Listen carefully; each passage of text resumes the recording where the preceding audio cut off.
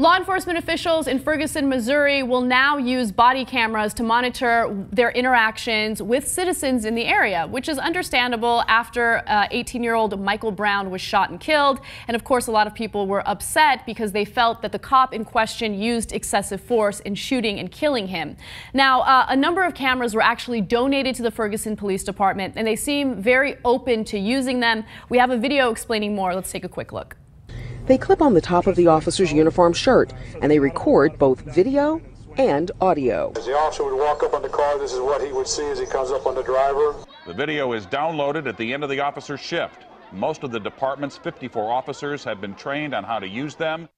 This makes all the sense in the world. I want to know what you guys think. John, make your point. Well, look, I am almost always in favor of this. I've said that on many programs. So instead, I'm going to play devil's advocate. And I read a really interesting article on Slate about the downsides of police cameras, which I hadn't thought nearly enough about.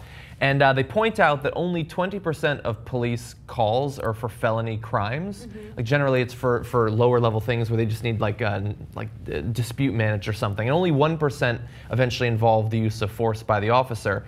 And in a lot of situations, you might not want the cop to have a camera on him. And they bring up the example of cops who have to, for instance, comfort people who have just been raped or who have been assaulted or something like that. Or if you're going in and it's a very tense situation, people might clam up and not feel comfortable talking to the police when they know that there's a camera pointed right in their face, which I hadn't really thought about, but that should be a concern. That's a really fascinating perspective. Sandra, what do you think? Well, that gives me important things to think about. I think there should be some sort of negotiation. Like, it doesn't have to be on all the time if you're just having a really sweet conversation with a cop. But I actually really like that that is something that we have as an option, that they can be videotaping. Because if you're gearing up for a little protest, I mean, that's an important time to be recording so that everyone gets their side seen. Yeah. I think it's really important. Yeah, I agree. I think that there could be a middle ground. The issue that John brought up is a very interesting and a legitimate issue. So I think if you have the person who wants to talk to the cop off camera say to the camera, can you please turn that off? The cop should be able to do so, and they should be able to have that conversation. So maybe there's a middle ground, but there's also room for maybe a coercion there. Maybe the cop seems threatening and makes it seem as though he or she wants that individual to make it seem like they want to turn the camera off. I don't know. It could get really sketchy, but I do think that it's important to hold public officials, people that get paid with our tax dollars, accountable for their actions. And I think that if they do use the body cameras in a lot of these very sketchy situations, we'll have some real evidence to figure out exactly what happened. We have too many police shootings right now that have questions that will remain unanswered. Here's the question for the story. If you could change a law regarding police, what would it be? Sandra, let me start with you.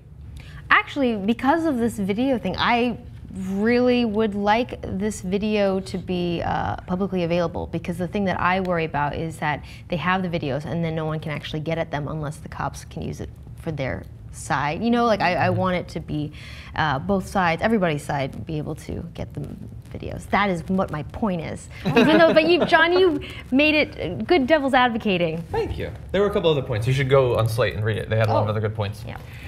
Yeah, so I'm going to, this is an idea that I've talked about on other shows again, but I'm going to say it again because I think it needs to happen. And it gets around the problems with the always on cameras that might make people uncomfortable. Instead, every police officer's handgun should have a camera mounted on it. And when you pull the trigger, it takes a series of photos. Because you need to know how far away the person was. Are they facing the officer? Do they have a gun? Do they have their hands? And if that was to happen, then every time a shooting from the police happens, you would have at least a little bit of evidence to base the situation on. And it would get around the problem of like a recently assaulted person not feeling comfortable around the cop unless the cop is pointing his gun at them at the time. That's a really, does that technology exist, or are you saying that we should develop it? I can't imagine why that would be difficult. I mean, you have a good business idea. Kickstarter. I'd start looking into that. Yeah, the NRA is not going to be a fan of me. So here's what I would change. Right now, the Department of Defense has a program. It's an excessive property program where they give some military weaponry to our police officials. As a result, our police departments are becoming more and more militarized. They're using things like Humvees. Some police departments have drones. They have weapons that they don't need, assault rifles. rifles, whatever it is. And so as a result, a lot of these police officials are losing some of the weapons, which is one big problem. But then we have the issue of a militarized police force, which is an even bigger problem. You don't want a militarized police force because that leads the way to excessive force. You don't need them using Humvees. You don't need them using drones. We need to feel as though we can trust our police officials, and we can't do so if they're so militarized and they seem like this big, powerful entity that's against us. But I want to know what you guys think. What would you change when it comes to local police enforcement?